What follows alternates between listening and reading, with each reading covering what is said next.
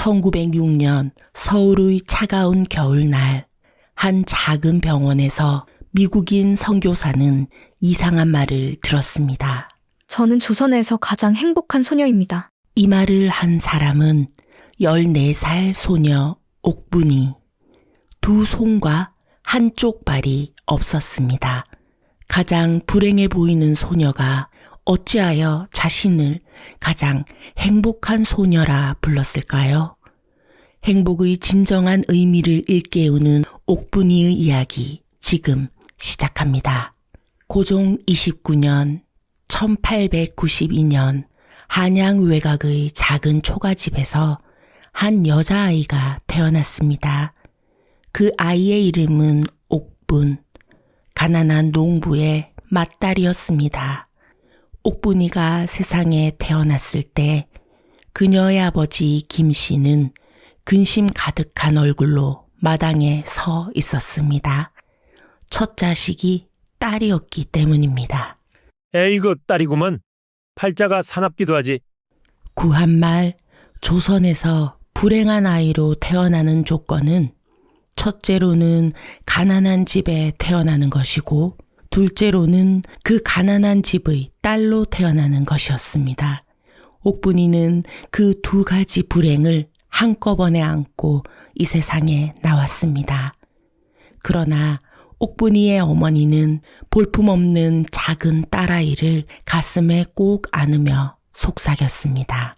괜찮다, 옥분아. 내 이름처럼 보석같이 귀한 아이야. 사람한 다오. 그저 사람한 다오. 세월이 흘러 옥분이는 7남매의 맞이가 되었습니다. 그러나 가난은 더욱 깊어졌고 어린 옥분이는 아버지를 도와 농사일을 하고 어머니를 도와 동생들을 돌보며 자랐습니다. 어린 나이에 등에는 막내 동생을 업고 손에는 작은 호미를 들고 밭을 매는 것이 그녀의 일상이었습니다. 하지만 가난은 날이 갈수록 깊어만 갔습니다. 연이은 흉년과 무거운 세금, 그리고 점점 늘어나는 식구들. 마침내 옥분이가 13살이 되던 해 가족은 견딜 수 없는 궁지에 몰렸습니다. 여보, 이제 어쩌면 좋겠소.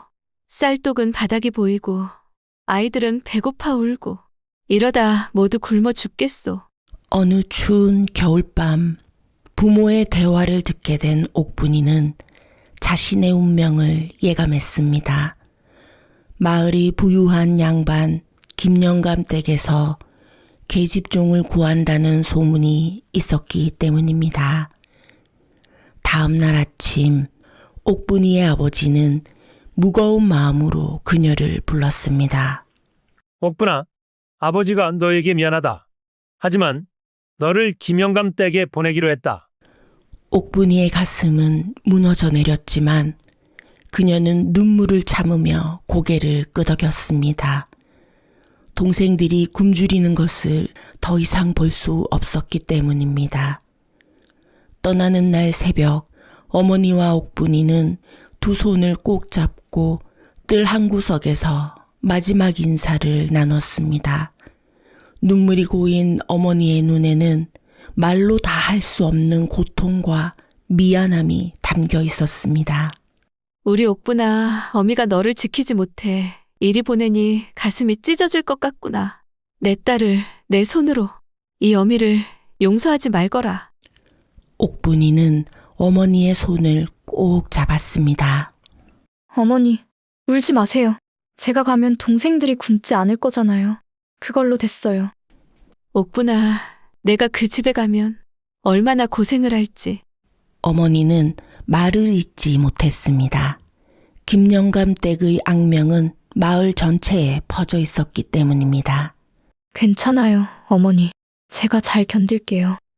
옥분이는 가슴이 찢어지는 듯한 아픔을 억누르며 웃어 보였습니다. 멀리서 아버지가 부르는 소리가 들렸습니다. 떠날 시간이 된 것입니다. 어머니는 마지막으로 딸을 품에 안았습니다. 그 품은 따뜻했고 옥분이는 그 온기를 가슴 깊이 깊이 새겼습니다. 우리 딸, 내 보물. 어머니의 속삭임이 바람에 실려 옥분이의 귓가를 스쳤습니다.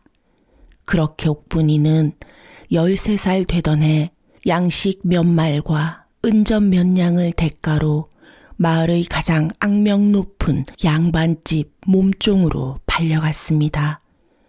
가난한 집의 딸로 태어난 그녀의 불행은 시작에 불과했습니다. 김영감의 집은 한양 북촌의 웅장한 기와집이었습니다. 높은 담장과 화려한 문살, 여러 채의 별당이 늘어선 모습은 옥분이가 살던 초가와는 비교도 할 수 없었습니다. 하지만 그 화려함 속에 숨겨진 현실은 냉혹했습니다. 이 계집애가 새로 들어온 몸종이냐? 볼품없어 보이는구나. 김영감의 눈빛은 차가웠고 그의 아내인 안씨 부인의 목소리는 더욱 매서웠습니다. 듣거라. 내가 이 집에서 살려면 규칙을 지켜야 한다. 게으름 피우면 매를 맞는다. 말대꾸하면 매를 맞는다. 일을 그르치면 매를 맞는다. 알겠느냐? 옥분이는 떨리는 목소리로 네 마님이라고 대답할 수밖에 없었습니다. 그날부터 옥분이에게는 고통스러운 날들이 시작되었습니다. 동이 트기도 전에 일어나 마당을 쓸고 불을 지피고 물을 길어오고 빨래를 하고 밥을 짓고 마님의 시중을 들었습니다. 밤늦게까지 온갖 허드렛 일을 마치고 나서야 겨우 헛간 같은 여종들의 방 한 구석에 누울 수 있었습니다. 김영감은 피도 눈물도 없는 사람이었습니다. 그는 어린 옥분이를 마치 물건처럼 취급했고 조금이라도 마음에 들지 않으면 매를 들었습니다. 안씨 부인은 더했습니다. 그녀의 질투와 분노는 항상 어린 몸종들에게 향했고 특히 옥분이는 자주 그 분노의 대상이 되었습니다. 1905년 겨울, 그 해는 유난히도 추웠습니다.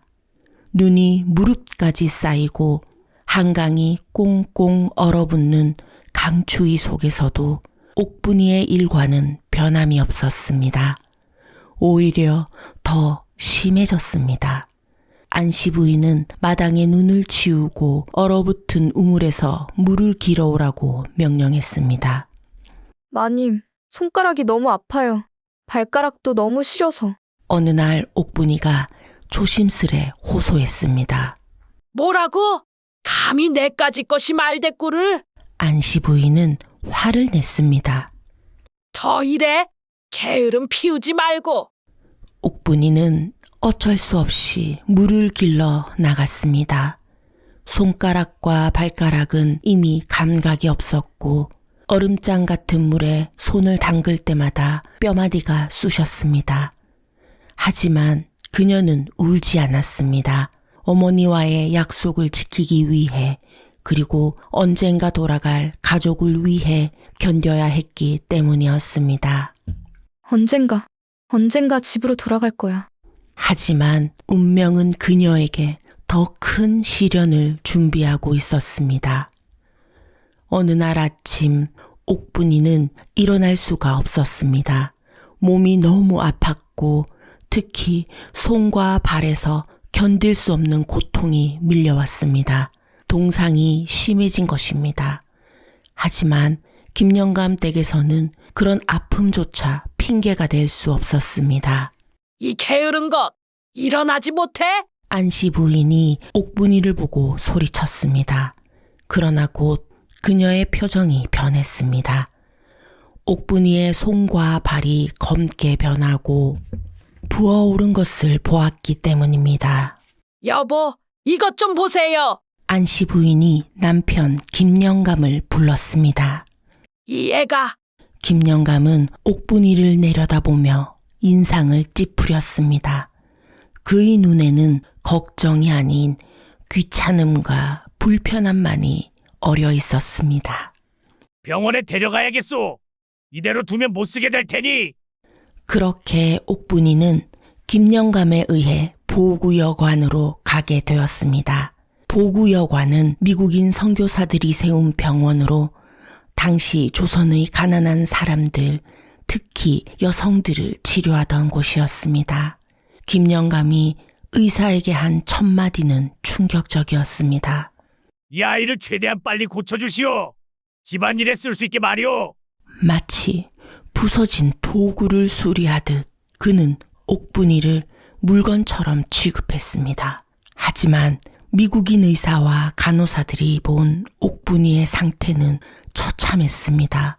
두 손과 한쪽 발의 동상이 너무 심각해 괴사가 시작되고 있었던 것입니다. 이 아이의 손과 발을 절단하지 않으면 생명이 위험합니다. 의사의 말에 김영감은 화를 냈습니다. 절단이라니. 그럼 어떻게 일을 시키겠소? 그건 중요한 게 아닙니다. 이 아이의 생명이 중요합니다. 결국 옥분이는 수술대에 오르게 되었습니다. 두 손과 한쪽 발을 절단해야 하는 어린 소녀에게는 너무나 가혹한 운명이었습니다. 하지만 놀랍게도 옥분이는 그 어떤 비명도 울음소리도 내지 않았습니다. 그저 묵묵히 견뎌냈습니다. 미국인 간호사들은 옥분이의 강인함에 놀랐고 동시에 깊은 연민을 느꼈습니다. 그들은 옥분이에게 최선의 치료를 제공했고 따뜻한 보살핌을 주었습니다. 수술 후 옥분이는 오랜 시간 의식을 잃고 있었습니다. 그리고 깨어났을 때 그녀 앞에는 미국인 여성 선교사 한 명이 부드러운 미소를 띠고 서 있었습니다. 바로 구타펠 선교사였습니다. 어느 날 회복을 하던 중이던 옥분이는 자신을 보살펴주는 구타펠 선교사를 불렀습니다. 날 찾았니? 선교사가 소녀를 바라보며 물었습니다. 겨우 14살에 큰 수술을 이겨낸 옥분이는 머뭇거리며 고개를 끄덕였습니다. 선교사님은 곧 고향으로 가시죠? 옥분이가 조심스럽게 물었습니다. 구타페 선교사는 아쉬움이 가득한 눈빛으로 대답했습니다. 그래. 이제 곧 떠나야 할 것 같아. 건강이 좋지 않아서. 옥분이의 눈에는 걱정이 어렸습니다. 구타페 선교사는 그녀에게 많은 이야기를 들려주었고 때로는 영어도 가르쳐 주었습니다. 병원에서 그녀를 가장 잘 이해해주는 사람이었습니다. 그럼 우리에게 크리스마스 트리와 선물을 보내주신 분들도 만나시겠네요? 옥분이가 다시 물었습니다. 그분들께 옥분이가 감사해 한다고 전해주세요. 뜻밖의 제안을 받은 구타페 선교사는 미소를 지으며 옥분이에게 물었습니다. 내 친구들은 옥분이를 모를 텐데 뭐라고 소개해 줄까? 선교사의 말이 채 끝나기도 전에 옥분이가 대답했습니다. 세상에서 가장 행복한 소녀라고 말해주세요. 구타펠 선교사는 놀란 표정으로 옥분이를 바라보았습니다. 두 손과 한쪽 발이 없고 부모와 가족에게서 떨어져 병원에서 지내는 이 소녀가 자신을 세상에서 가장 행복한 소녀라고 말한 것이 믿기지 않았습니다. 세상에서 가장 행복한 소녀라고? 아니, 옥분아. 세상은 넓고 내가 가장 행복하지 않을 수도 있거든. 아니면 내 친구들이 그렇게 생각하지 않을 수도 있잖아. 옥분이는 잠시 생각하더니 고개를 끄덕이며 말했습니다. 그러면요, 조선에서 가장 행복한 소녀라고 말해주세요. 구타페 선교사는 옥분이의 단호한 대답에 감동했습니다. 그래, 친구들에게 너를 조선에서 가장 행복한 소녀라고 소개할게. 그런데 왜 행복한지 이유를 말해주면 그 사람들이 더 잘 이해할 것 같은데? 좋아요. 몇 가지 이유가 있어요. 옥분이는 잠시 생각을 정리한 후 또렷한 목소리로 말하기 시작했습니다. 첫째는 제 모든 고통이 사라졌기 때문이에요. 예전에는 항상 아프고 두려웠는데 이제는 아프지 않아요. 그녀의 눈빛이 밝아졌습니다. 둘째는 여기 온 후로는 매를 한 번도 맞지 않았기 때문이에요. 아무도 저를 때리지 않아요. 제가 실수해도 느리게 움직여도 아무도 화내지 않아요. 구타펠 선교사는 옥분이의 말에 가슴이 아팠습니다. 어린 소녀가 매를 맞지 않는다는 것을 행복의 이유로 꼽는다는 것이 얼마나 슬픈 일인지 생각했습니다. 셋째는 이곳에 온 후로는 배고픈 적도 없었기 때문이에요. 매일 따뜻한 밥을 먹을 수 있어요. 옥분이는 계속해서 말했습니다.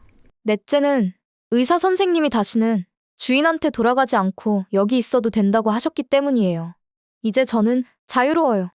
그녀의 목소리에 기쁨이 묻어났습니다. 다섯째는 하마터면 잊어버릴 뻔했네요. 크리스마스 트리를 볼 수 있었기 때문인데 저는 태어나서 이렇게 아름다운 것을 본 적이 없어요. 그 빛나는 별들, 알록달록한 장식들, 너무 아름다웠어요.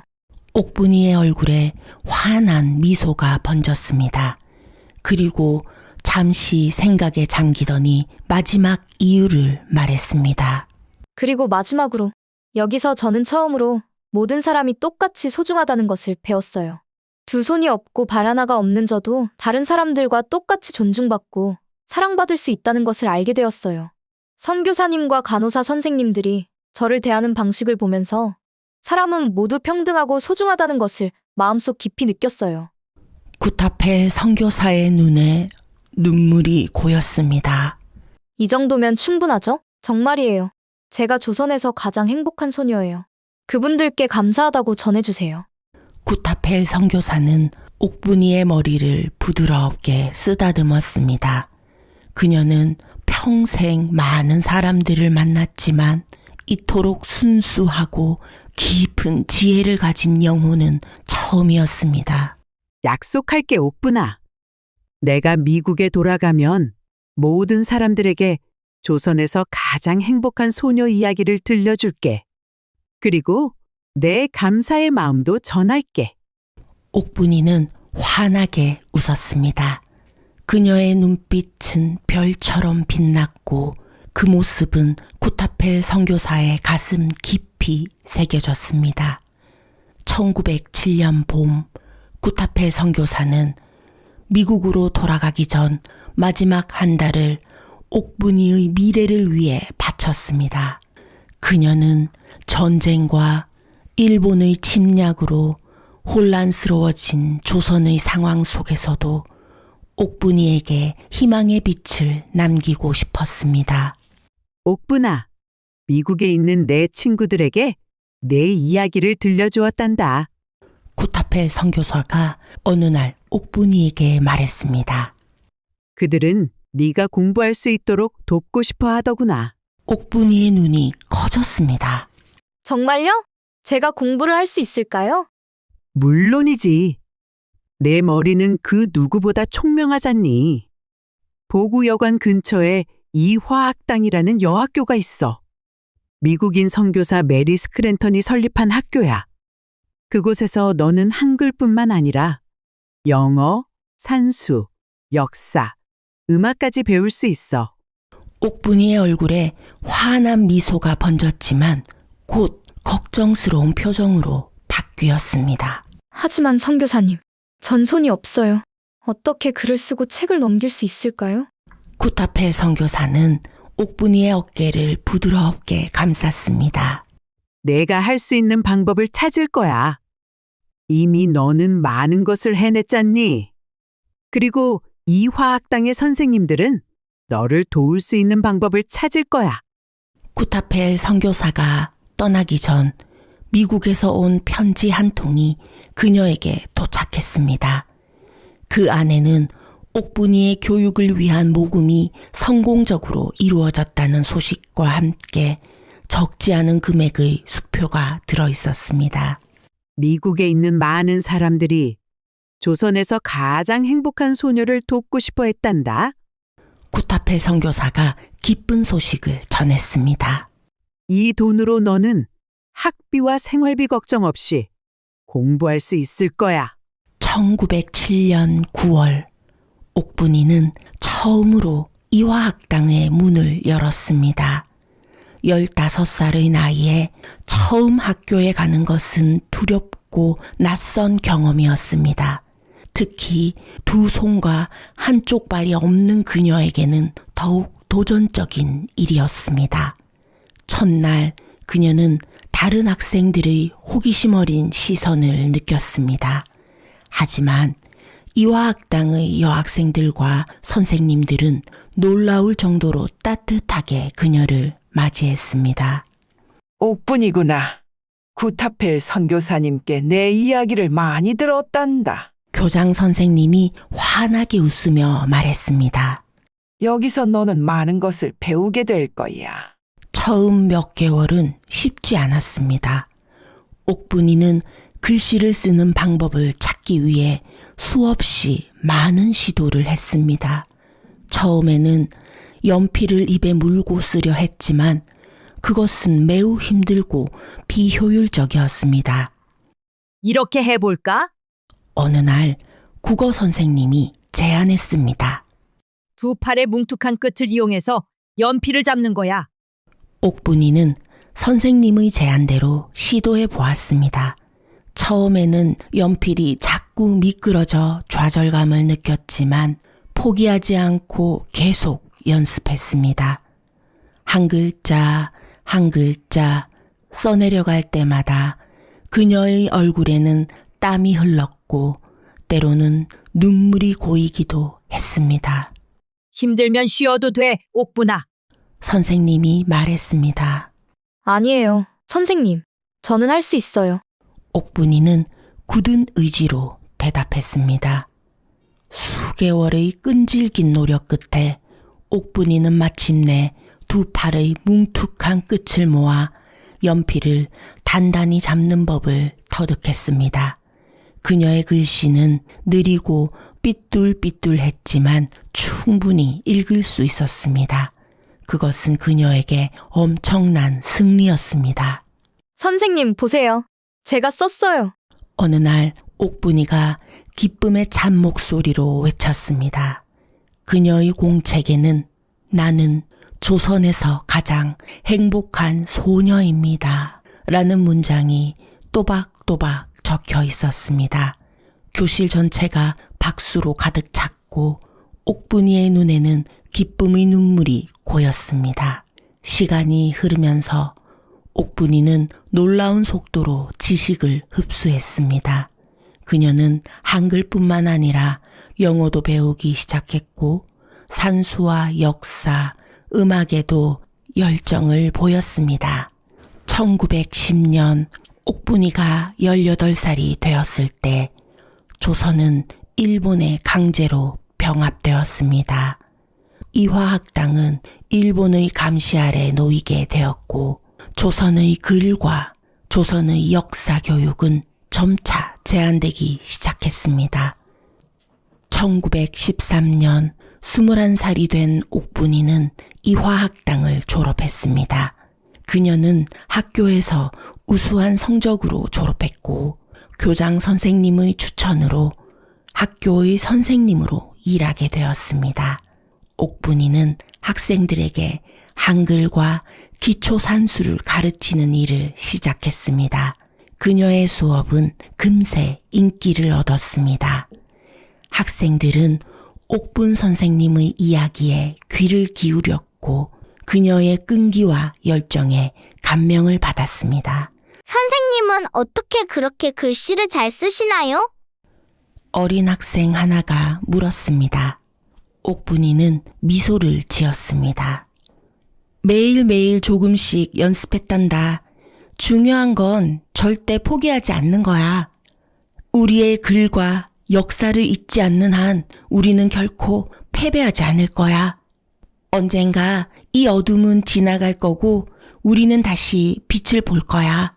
그녀는 더 이상 조선에서 가장 행복한 소녀가 아니었습니다. 그녀는 이제 조선의 희망을 키우는 선생님이 되었습니다.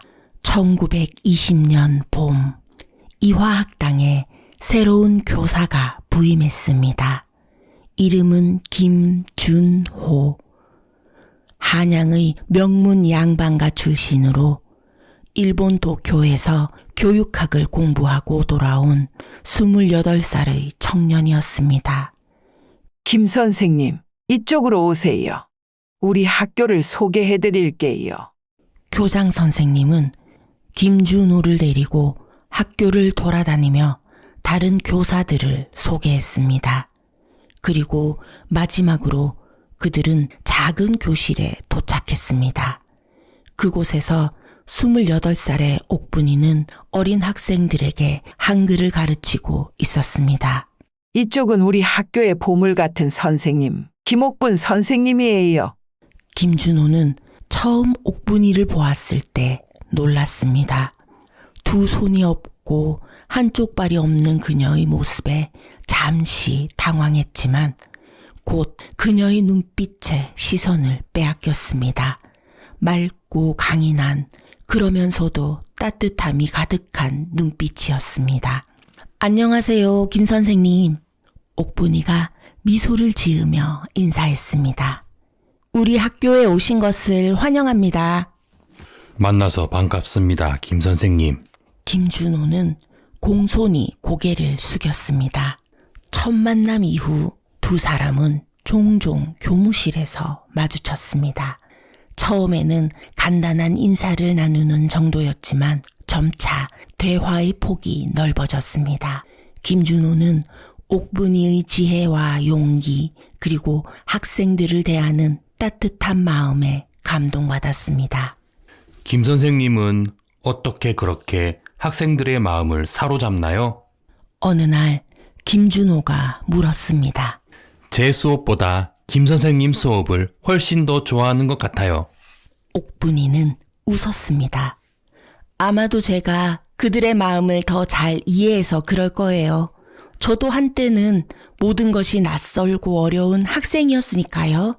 김준호는 점점 더 옥분이에게 관심을 갖게 되었습니다. 그는 종종 옥분이의 수업을 몰래 지켜보았습니다. 그녀가 어떻게 그렇게 뭉툭한 팔로 글씨를 쓰고 학생들에게 열정적으로 가르칠 수 있는지 정말 감탄만이 나왔습니다. 김 선생님, 오늘 저녁 시간 있으세요? 어느 날 김준호가 용기 내어 물었습니다. 새로 번역된 소설책을 한 권 구했는데 함께 이야기 나누고 싶어서요. 옥분이는 잠시 놀란 표정을 지었지만 곧 수줍게 고개를 끄덕였습니다.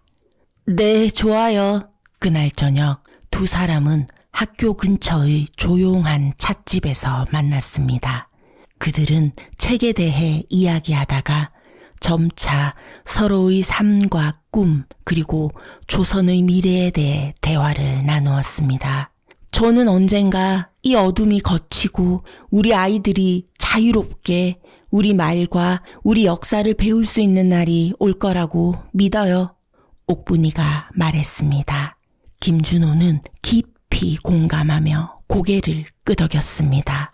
저도 그렇게 믿습니다. 그리고 그날이 올 때까지 우리는 여기서 작은 불씨를 지켜야 해요. 그날 이후 두 사람은 종종 만나 대화를 나누었습니다. 김준호는 옥분이의 지혜와 용기 그리고 그녀의 아름다운 영혼에 점점 더 깊이 빠져들었습니다. 그리고 옥분이도 김준호의 따뜻함과 진실된 마음에 조금씩 마음의 문을 열었습니다. 그러던 어느 가을날 김준호가 조심스럽게 말을 꺼냈습니다. 옥분 씨, 저는 당신을 정말 존경하고 좋아합니다. 혹시 제가 선생님의 가족을 찾아뵙고 정식으로 인사드려도 될까요? 옥분이는 놀라움과 기쁨 그리고 걱정이 뒤섞인 표정을 지었습니다. 김 선생님, 정말 그러실 건가요? 저는 이런 몸인데. 김준호는 단호하게 고개를 저었습니다. 선생님의 몸이 어떻든 상관없습니다. 제가 사랑하는 건 선생님의 마음과 영혼입니다. 옥분이의 눈에 눈물이 고였습니다. 그녀는 평생 누군가에게 사랑받을 수 있으리라고 생각해 본 적이 없었습니다. 하지만 예상했던 대로 김준호의 부모는 격렬하게 반대했습니다. 김준호의 아버지는 크게 노하여 아들에게 소리쳤습니다. 내가 미쳤느냐? 우리 집안에 그런 여자를 들이다니. 손발도 성하지 않은 계집을 어찌 며느리로 들인단 말이냐? 김준호가 단호하게 맞섰습니다. 아버지, 옥분 씨는 그 누구보다 고결하고 아름다운 분입니다. 그녀의 몸이 아닌 그녀의 영혼을 보시기 바랍니다. 김준호의 어머니도 눈물을 흘리며 아들을 말렸습니다. 준호야, 내가 아무리 그 여자를 사랑한다 해도 세상 사람들이 어떻게 볼지 생각해 보렴. 그리고 그 여자가 어떻게 집안일을 하고 아이를 키우겠니? 김준호가 차분하게 대답했습니다. 어머니, 이제는 더 이상 그런 차별의 시대가 아닙니다. 우리는 새로운 세상을 만들어가고 있어요. 그리고 옥분 씨는 두 손이 없어도 글을 쓰고 가르치고 아이들을 사랑으로 대하는 놀라운 여인입니다. 수개월 동안 김준호는 부모님을 설득하기 위해 노력했습니다. 결국 그는 부모님께 옥분이를 직접 만나보시라고 제안했습니다. 처음에는 냉랭했던 분위기였지만 옥분이의 겸손함과 지혜 그리고 따뜻한 마음에 김준호의 어머니는 조금씩 마음을 열기 시작했습니다. 특히 옥분이가 자신의 이야기를 솔직하게 나누고 어떻게 어려움을 극복해 왔는지 말했을 때 어머니의 눈에는 놀라움과 감동의 빛이 어렸습니다. 제가 가진 모든 것으로 김 선생님을 사랑하고 존중하겠습니다. 옥분이가 진심을 담아 말했습니다. 비록 제 몸은 온전하지 않지만 제 마음만큼은 누구보다 온전하게 그분을 위할 것입니다. 마침내 1922년 봄, 옥분이와 김준호는 조촐한 결혼식을 올렸습니다. 작은 예배당에서 열린 결혼식에는 가까운 친구들과 학생들 그리고 양가의 부모님만 참석했습니다. 이제 당신은 더 이상 혼자가 아닙니다. 제가 항상 당신과 함께 걸어가겠습니다. 김준호가 옥분이의 귀에 속삭였습니다. 옥분이의 눈에는 행복한 눈물이 고였습니다. 그녀는 이제 정말로 조선에서 가장 행복한 여인이 되었습니다. 결혼 후 두 사람은 김준호의 본가에서 살기 시작했습니다. 그들은 낮에는 학교에서 아이들을 가르치고 밤에는 비밀리에 더 많은 조선의 아이들에게 한글과 역사를 가르쳤습니다. 처음에는 냉담했던 김준호의 부모님도 점차 옥분이의 진정한 가치를 알아보게 되었습니다. 내가 잘못 보았구나. 어느 날 김준호의 아버지가 아들에게 고백했습니다. 내 아내는 정말 특별한 사람이다. 그렇게 옥분이의 삶은 새로운 장을 열었습니다. 1924년 옥분이와 김준호에게 기적과도 같은 일이 일어났습니다. 옥분이가 임신을 한 것입니다. 의사들은 옥분이의 건강 상태를 걱정했지만 그녀는 굳건한 의지로 임신 기간을 견뎌냈습니다. 1925년 봄, 옥분이는 건강한 여자아이를 낳았습니다. 아이는 옥분이를 닮아 맑은 눈동자와 영롱한 미소를 가졌습니다. 이름을 무엇이라 지을까요? 김준호가 물었습니다. 옥분이는 잠시 생각하더니 대답했습니다. 소망이라고 지어요. 우리의 소망이 이루어진 아이니까요.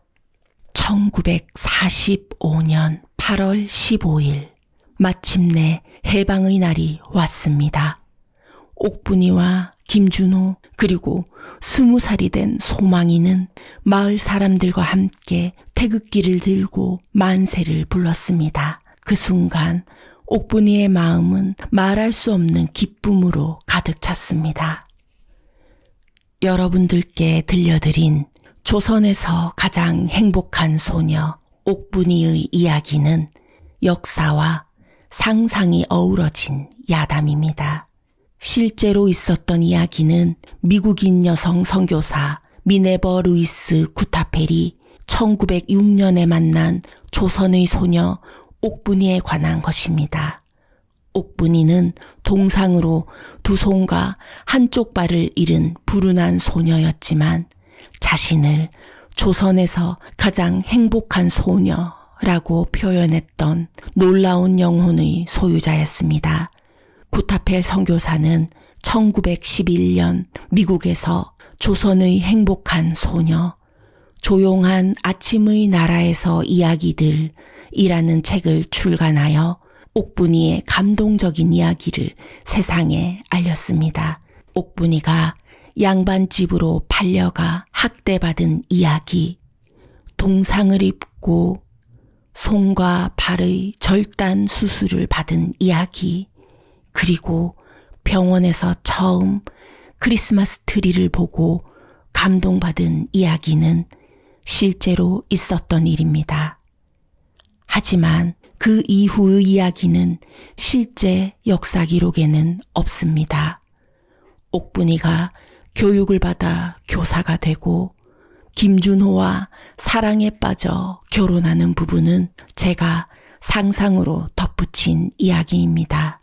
그것은 옥분이가 행복하게 살았기를 바라는 저의 마음이 담긴 부분입니다.